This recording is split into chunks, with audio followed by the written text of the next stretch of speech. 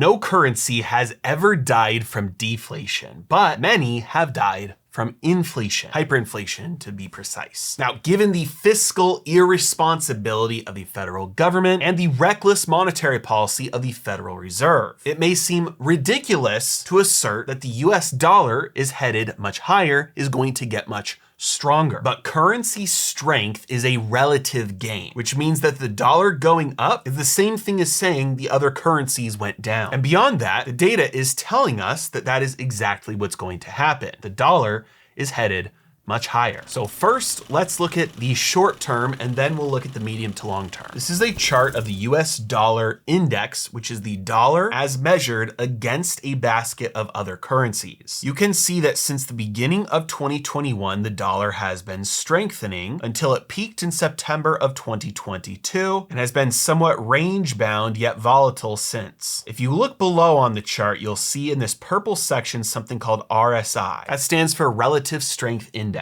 This is one of many technical indicators. Now, if you're brand new to technical analysis, don't worry, we're not going to get complicated today, but just be aware that technical analysis is very simply looking at patterns that emerge on a chart and recognizing those visual patterns that appear based on group behavior. Because the price of anything is just the aggregate consensus value of that thing, all of the potential buyers and all the potential sellers coming together, and you see the current price, or I should say the last traded price. And every once in a while, a pattern will appear as a result of that group behavior. Relative Strength Index, or RSI, is one indicator that shows when something is likely overbought or oversold. Zooming in here, we can see the last time the dollar index had an RSI above 70 marked the top in the dollar index. The indicator said, hey, this looks overbought, and indeed it was. And we saw a decline in the index since. In addition to that, the last time the relative strength index showed oversold marked a bottom in the dollar index, and the dollar rallied from there. In the short term, the dollar is getting very, very close to oversold territory here. Let's take a look at the next indicator, which I have just enabled on the chart, called Bollinger Bands. Very simply, Bollinger Bands will show you the relative volatility or lack of volatility that the price action has shown recently. When these blue bands are far apart from each other, that means that the price action has moved significantly recently, and you should expect the price action to consolidate in the near-term future. Once the price action has consolidated, the two bands come close together, indicating that the energy has built up, and you should expect to see another breakout sometime soon. Essentially, these just look like jaws that open and close and open and close. The tighter and longer it's been closed for, the more you should anticipate them opening. So that could mean the price goes up, or it could mean the price goes down, and vice versa. The other pattern that you normally notice emerge is that the bands themselves operate as somewhat of support and resistance. When one band is hit, the price tends to bounce and start to touch the other band, and it will bounce between the two. In the short term, we've noticed a severe move down in the dollar, which has left the Bollinger Bands very wide apart from each other. And the dollar has been trading on the lower band for quite some time now. Putting all this together means that, technically speaking, at least in the short term, we should anticipate at least some consolidation and then potentially a rebound and a rally in the dollar. But for most people, we don't care about the short-term moves or trading the dollar. What we're really wondering is,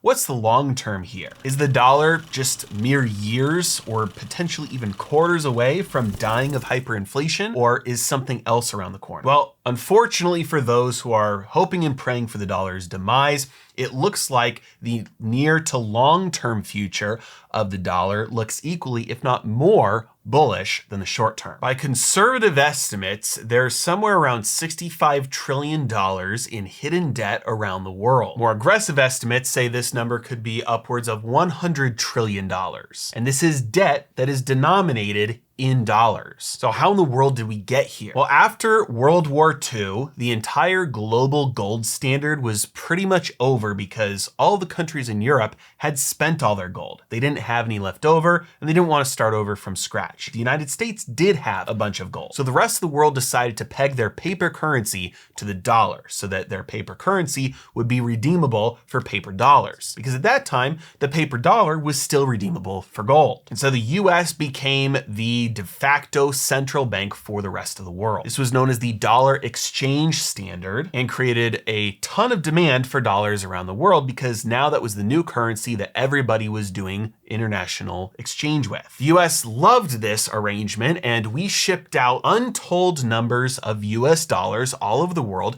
every time we bought stuff from other countries. Now, I've explained how banks work many times, and there's no difference to how banks work in other countries as they do here. A bank receives a dollar, and then they take that dollar and they loan it out. And that loan goes to somebody else's bank account, which is a bank that takes that dollar as a deposit and loans it back out yet again. Here in the United States, there is one entity that is in charge of all the US banks, and that's the Federal Reserve. They see every loan and every dollar and every deposit. They have all of the data of all the US banks. In addition to that, they also have control to bail out a bank if they need to. If one bank gets into trouble, the Fed can see this ahead of time, or at least when it blows up, they can print the money to insert it into that bank. They have the jurisdiction, the authority, and the insight to be able to see the data they need. But this is not true around the world. The Federal Reserve has no oversight and no authority over banks in other countries. Now you're probably thinking, well, they have their own central bank, right? And that is true. But those other central banks do not have the ability to do the one thing the Federal Reserve does, which is print US dollars. And the $65 trillion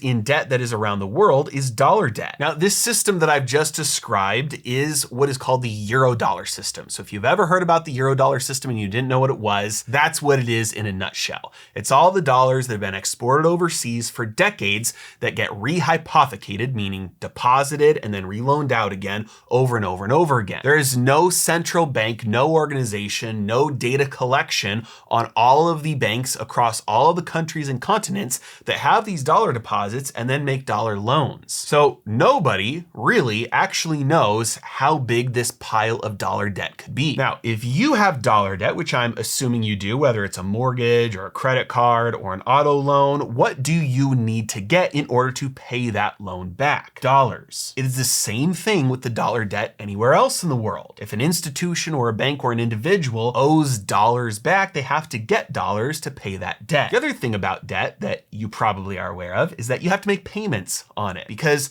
debt, even if it's an interest-only loan, you still have to service it, which means that just the existence of this $60 to $100 trillion debt pile means there is a built-in demand for dollars around the world just to service that debt. Now ask yourself the question, what happens when interest rates go up? But first, a word from today's sponsor, iTrustCapital. Investors today face all sorts of new and unique risks. Invest in stocks and risk a stock market crash. Invest in bonds and watch the value of those bonds drop as interest rates rise. Keep your money in cash and watch inflation eat away your purchasing power. Invest in crypto and watch frauds like Sam Bankman-Fried steal all your money. This has many investors looking to alternative stores of value like gold and Bitcoin. The problem with this is that most investors are not able to access gold and Bitcoin. This is because most people have most of their assets tied up in their retirement accounts. And most retirement accounts do not allow you access to things like gold or silver or Bitcoin. This is where iTrustCapital comes in. iTrustCapital allows you to open up a new retirement account or even transfer an existing retirement account. Then you can purchase alternative stores of value with your retirement like gold, silver, and Bitcoin. In days like this where fraudulent platforms like FTX are collapsing and traditional banks like Silicon Valley Bank are failing from bank runs, iTrustCapital is still going strong because they do things the right way. You own your assets there. Your assets are always held off balance sheet and your accounts are never commingled with theirs. They partner with industry leaders like Kitco for their precious metals. And they're straightforward about how they keep your assets separate and safe. And if you use my link in the description below, you will get $100 worth of Bitcoin just for signing up, which they have been going up for a couple of years now. As interest rates go up,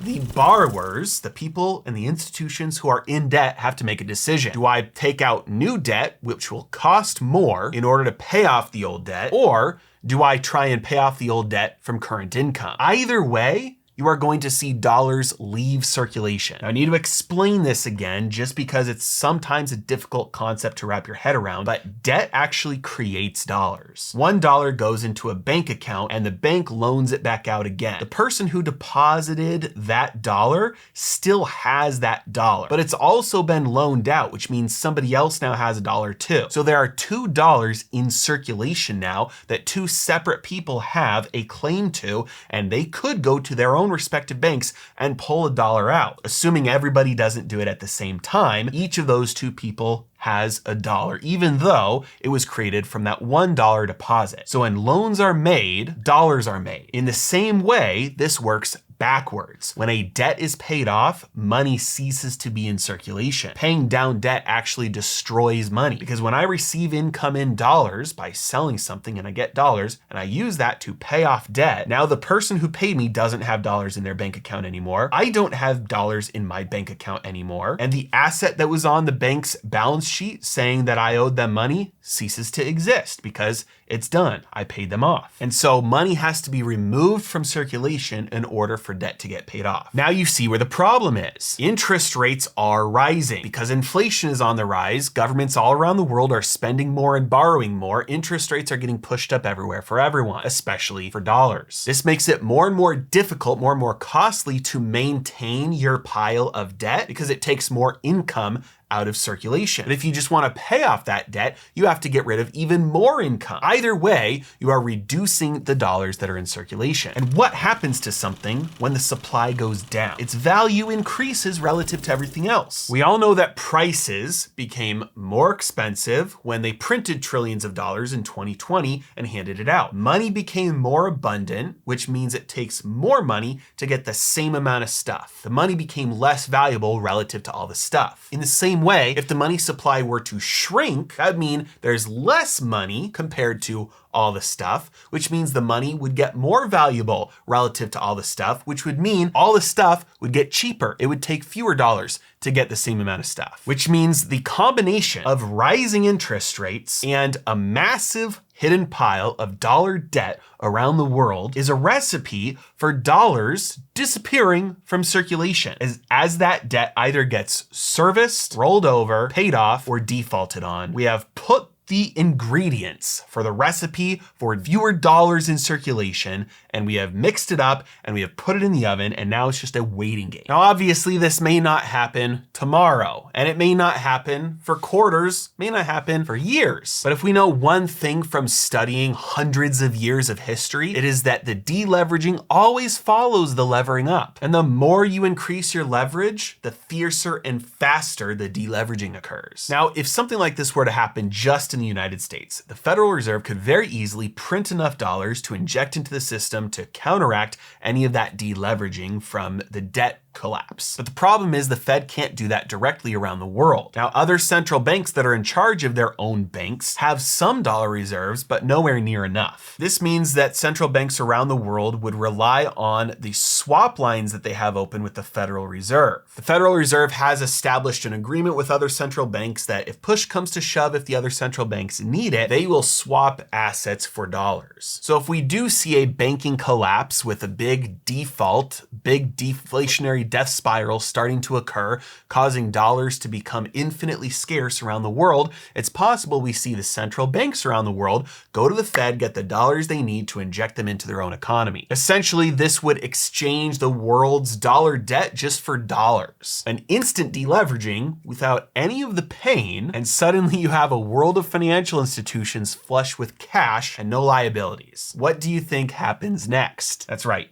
Inflation, like you've never seen before. So in summary, we have a short and a medium to long-term time horizon where it looks like the dollar is going to get stronger and stronger. This is because it is a relative gain, and the massive pile of dollar debt around the world is a constant demand for dollars by all nations, and the massive deficits the US government is running, pushing interest rates higher, is making that debt more and more expensive. This makes dollars more scarce, which strengthens the dollar. This means dollars become more scarce and harder to get for every other player on Earth. If this continues long enough, then you get to a point where a deleveraging starts to occur. Defaults start to happen. Players around the world realize that the dollars that they have in their bank accounts are simply dollar IOUs. And if we get any sort of intervention that results in an equal amount of dollars, up to $65 trillion being printed and handed out around the world to offset this deleveraging, then and only then would the whole trend flip and we would start to see inflation in dollars like we've never seen before. Now, the reality is that nobody can time the markets perfectly. It's impossible to know exactly when or how something will take place. That's why it's vital to learn how to place small bets on large moves, because most of the time you're going to be wrong, but the trades or the investments that you make that end up being right will make up for all of the losses. Now, most people lose money only and always when they're investing or trading because they commit too much of their portfolio to these bets. They do it at the wrong time, the market moves the wrong way, and when they lose, it means they've lost enough that they can never come back from it. You need a rock solid portfolio that makes you a little bit of money consistently, and once in a while makes you a lot of money. If you don't know how to do that, I can help. Right now, I'm running a sale on Heresy Financial University for Black Friday and Cyber Monday that gets you half off of an annual plan. Normally it's $99 a month, but the annual plan, which is already discounted, will allow you to use code Thanksgiving to get half off, which means you get an entire year of Heresy Financial University for less than half the cost of paying monthly. This discount expires Cyber Monday, so use the link in the description below to sign up. As always,